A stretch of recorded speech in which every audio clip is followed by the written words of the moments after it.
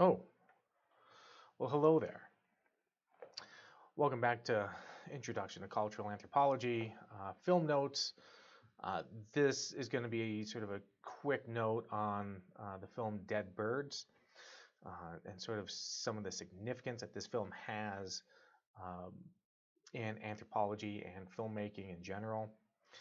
Uh, Robert Gardner created this film in 1963, which covered some of his work, I think, beginning in 1961, uh, in an area of Papua New Guinea dealing with the Dani peoples.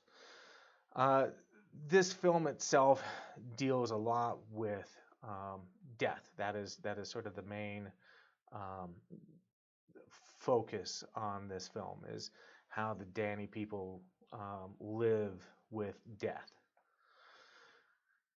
and he goes about it in a way which is um, sort of a very what we would consider like old school traditional way of explaining a culture to an audience, either through film or through sort of traditional ethnographic texts.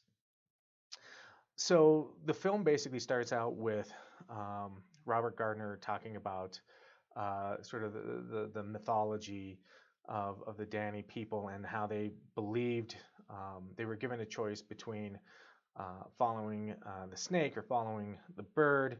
The snake able to have immortality while birds are mortal, and humans decide to follow the way of the bird and find their mortality. And he does it in such a very poetic way, which sort of sets the stage for the entire film.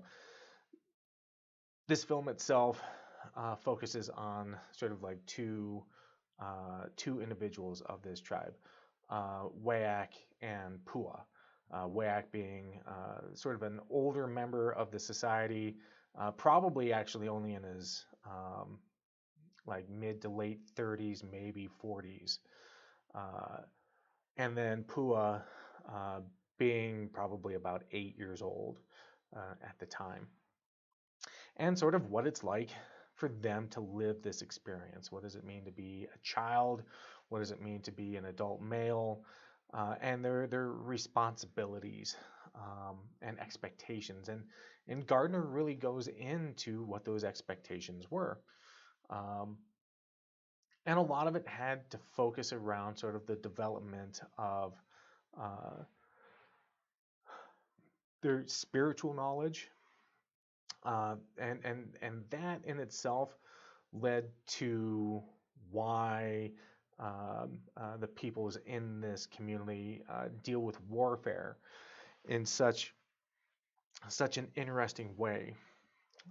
So spirits themselves are the ones that are sort of guiding all of the actions in this community.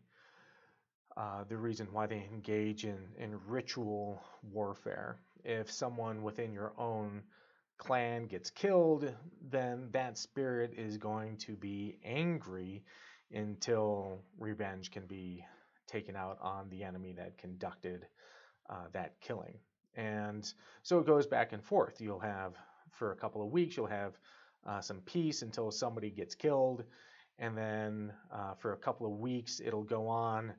And then a small raiding party or an outright conflict between the communities will take place, and someone on the other side will get killed.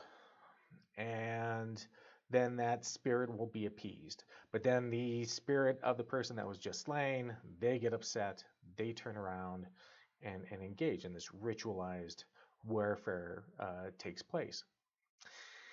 And it's interesting to see how this sort of warfare, certainly not the same kind of warfare that we think of when we're dealing with conflict. It's not ritualized in this way. A life for a life. You don't see any outright major battles. You're not seeing slaughters. You're seeing one person at a time. And when that one person gets killed, you're done, right? Until revenge is demanded upon you, and you have that ever-growing conflict. Uh, so spirits are the ones that are demanding this, right? So they're big in control of behavior, and this is kind of important to think about because the spirits in this community are usually seen as sort of mischievous and not particularly helping. You don't go out after dark because you might stub your toe or slip or do something bad. So the spirits become mischievous after dark. Bad things can happen, and of course, you know, uh, using spirits in a way to sort of um, encourage certain types of behavior after dark.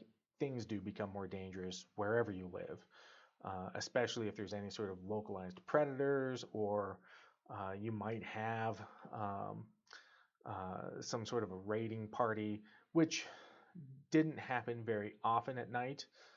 It was usually during the day, but that could happen.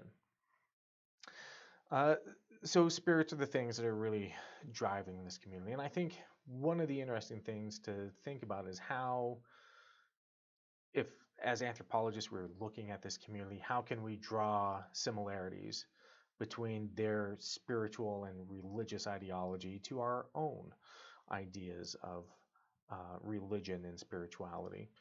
Um, we might look at them and see their idea of spirituality as being different or strange or weird. But as anthropologists, we really want to try and understand not only the differences but the similarities from the religion that we might know better, and then specifically like Christianity. Um, how do make the comparison? How does spirituality work within Christianity? How do we look at it as a culture in general? What is it that drives people to believe or practice their beliefs, right? And because there's lots of spirituality in and spirits and ghosts, right, within Christianity, and it's a main motivator for lots of people, right? So if we look at the Dani people and their practices, and then we look at Christianity and its practices, we might not see that many differences, right? Because there's still, very similar motivations behind them. Uh, Certainly differences, but also similarities. Um, One of the things that I think is also important to kind of look at this film is sort of Robert Gardner's participation in it. One of the things that you'll notice is that throughout the entire film, he is narrating everything, um, everything down to the thoughts and expectations of Pua and his desire for manhood. And it gets awfully like poetic and not necessarily disingenuous because he is speaking for someone else, right? Everything that he could be saying could be an exact sort of replication from what he learned from Pua and from Wayak. Um, but you don't hear it from them. And this is sort of an issue that we have with these kinds of films is that, we're only hearing from the narrator. In this case, it was the anthropologist Robert Gardner. That's the only person we hear from. So we don't hear Wayak's voice. We don't hear Pua's voice. We just hear sort of them in the background, and but we never actually hear them. And I think that's one of the issues with this film is that we're not hearing their voices, or whether they're translated into English or whatever medium. We don't hear it. We only hear sort of this poetic look uh, at this community, right? So, that's sort of take that into account when we are looking at at this film, and I think that's kind of the major issue with it, is sort of his narration of it. Not that he's saying anything wrong, just he might not be saying everything right. Then we also see, the film has got a few sort of parts in it that are can seem disturbing. Certainly like the slaughtering of the pig, as sort of a ritual, the death um, of the young boy at the end, um, and sort of that ritualistic. And then, of course, when the little girls have a knuckle cut off, and we see that sort of body mutilation in remembrance of those lost um, family members or important people to us. And I think it's interesting to look at body modification in this way. Um, when we see acts of grieving and things like that, I mean, we might look at this and say, well, that's pretty extreme, right? That's an extreme behavior. Um, but we see body modification in lots of different ways, even within our own culture. We see tattoos as a means of remembrance, right? Of memorializing someone. And when we think about that, this is something that this culture has been doing for generation after generation, and it has become accepted. We might cringe at it a little bit and say, like, whoa, that's too much.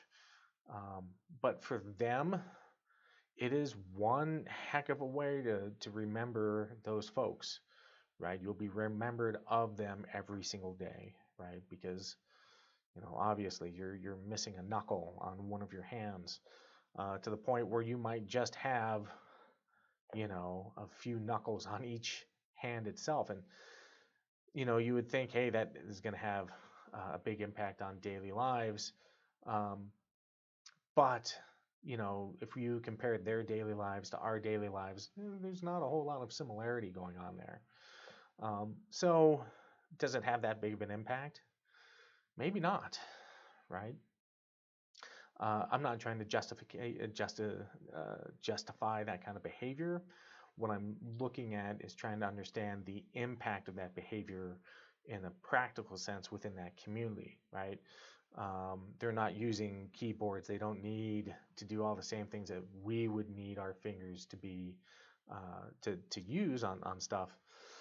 A lot of what they're doing might not have to have that. We have a tendency to view like keeping our fingers all in one hand as being kind of important, but for them, memorializing those fallen folks might be more important. So when you see that and you question it and you think about that kind of stuff, think about it in a slightly different way. Maybe consider it to be more about memorializing and really memorializing those fallen folks. Okay, I think that's all I have for notes on this film. Yeah, all right, we'll end it there. We will see you in the next film review. Okay.